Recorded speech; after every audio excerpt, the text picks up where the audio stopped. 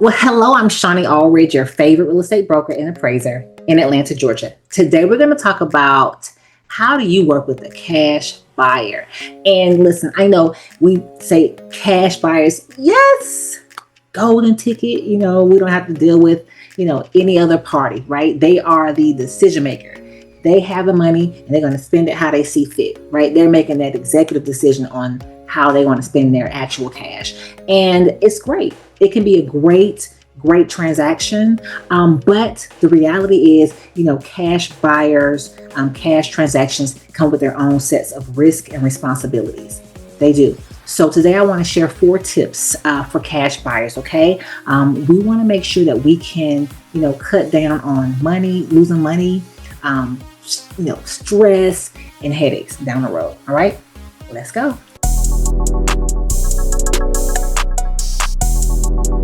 All right, so people say, cash is king. That's a thing. That is a saying. Cash is king. Cash is king. Yes, cash, and cash is good. But, is it always king?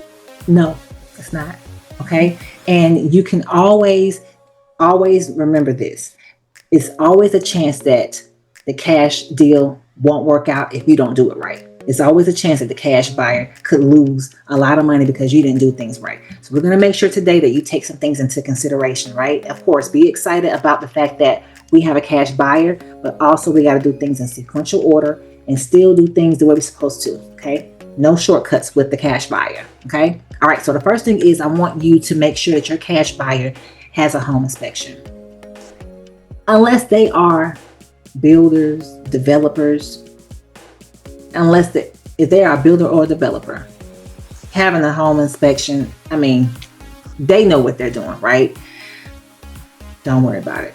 But if it's a owner occupant who does not have that skill set, right? If it's a buyer who doesn't have that skill set, they got to get a home inspection, because the reality is it's a great negotiating tool, right? And it's really important that your buyer understands what they're buying. At no point of this transaction should they be like, I don't know what's happening.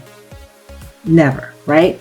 That home inspection, it's like, hey, listen, that you're hiring a subject matter expert, right? They're looking at the house, they're looking at the attic, down to the crawl space, the basement, or whatever. Have them to get a home inspection. In fact, I want you to strong arm them into getting a home inspection. It's really important because they will love you for encouraging them to do that. They really will. Okay, so do that. It's worth every penny they spend on it. And a lot of times you can get, with your home inspection, you can have mold testing, radon testing, and things like termite testing. They'll do that too. So having all these things done, it becomes a great negotiating tool, and it's going to help your clients in the long run. Okay, so get an inspection. Also have the home appraised. And I know you're like, wait, with appraisals, that's usually happening when they are financing the home. That's true.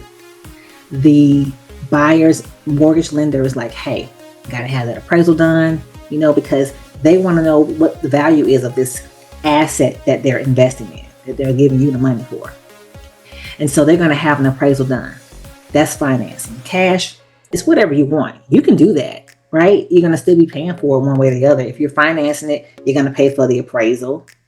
And they're buying this house cash, get an appraisal, right? Here's the thing. If you know that you all are buying this home for, like, it's a fire sale, like it's such a discounted price, then why would you encourage your client to spend money on an appraisal, right? We're not trying to get them to just spend money like crazy, but we want them to be protected. And in some cases, you may say, I've pulled some comps in the general area, and I just can't really figure out what, a range and what, is a good price to buy this for. In those cases, listen, lean into that saying of like finding a subject matter expert to do it. Call an appraiser. You should have an appraiser that that you can reach out to and say, hey, I have an assignment for you. Can you appraise this home? Our client is buying it cash and we want to get it appraised, right? Because we don't want to overpay for something. You're buying something cash. You don't want to overpay. You don't want your clients to tie all their money up into this asset and they overspent. They don't want to overspend. You got to help them with that. Help them to not waste money and lose money, right? The next thing is make sure you find a great attorney who encourages title insurance. That is another fee that the buyer will incur, but it's worth it. Again, home inspection, right? An appraisal, and then title insurance. Really, really important. And I know it's like, dang, they're buying cash. We're trying to save them money. I don't want them to feel like everywhere they turn is like more out-of-pocket expenses. Oh my gosh. We're not trying to make them spend money that they don't have to be spending, but we want to encourage them to do these things because it protects them in the long run. It's about protecting their interest. All right. It's about guiding them. Guide your clients. Okay. They're cash buyers, so they want to be protected. You got to do these things to make sure that you're protecting yourself too, because we don't want them to come back and say, you didn't even bring that up. You didn't even tell me I could have gotten an appraisal. Or you didn't even, encourage me to really get a home inspection. I know I said what I said, but maybe I should have now that I'm looking back. We don't want them problems, okay? The last thing is use the fact that your client is a cash buyer. Use that as leverage. Like, lean into it like, hey, got a cash buyer. They can close in as little as, 21 days, 15 days. Lean into that, because in some cases the seller will be looking at, several different offers. They offer A and offer B. And offer A is, traditional financing, all the things in the financing offer. Then you got this cash buyer that's like, hey, I can close in 21 days. It's cash. You know what I'm saying? Whatever. Like, use it as leverage. Lean into that, right?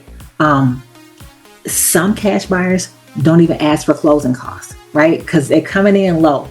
A lot of the cash buyers are coming in low. So they're like, hey, listen, I'll buy this home for you, $25,000 less than list price. But I'm not asking you for closing cost contribution. I'm not asking you for nothing. I'm just saying I'm buying it for this amount because I'm giving you cash. Okay? Weigh those things out, because a traditional buyer will probably give them full price or close to full price, but they're asking for 2%, maybe 3% in closing costs contribution. That's shaving down the net for the buyer, right? For the seller, right there. Okay? So think about that. I hate when I say that. I use buyer and seller. I be flipping and flopping, but you know what I mean. But think about those things, okay? You have a cash buyer, you want to represent them with all you have. It's really important. Don't cut any corners with them. Don't do it, right? If you feel like, hey, I still want to make this offer for 30 days, that's fine. If you feel like they need more time to get that inspection, to get that appraisal, right? So, but just know that you have a cash buyer. You want to protect them, protect their interests. You want to make sure that they are saving money, right? And that they're not in a position where they could lose so hard, okay? So again, buying with cash is powerful, but you got to do it wisely. Protect them, protect your client at all costs, okay? So thank you so much for tuning in. Save this video. If you have any questions, put them down below. Ask me some questions. I'll definitely answer them for you. If you are interested in speaking to me one-on-one about maybe some things in your business you want to improve upon, I'm here for you. Okay, so reach out, click the link below. Definitely subscribe to my channel, like it and share it. I appreciate your being here, and we'll see you on the next video. Take care.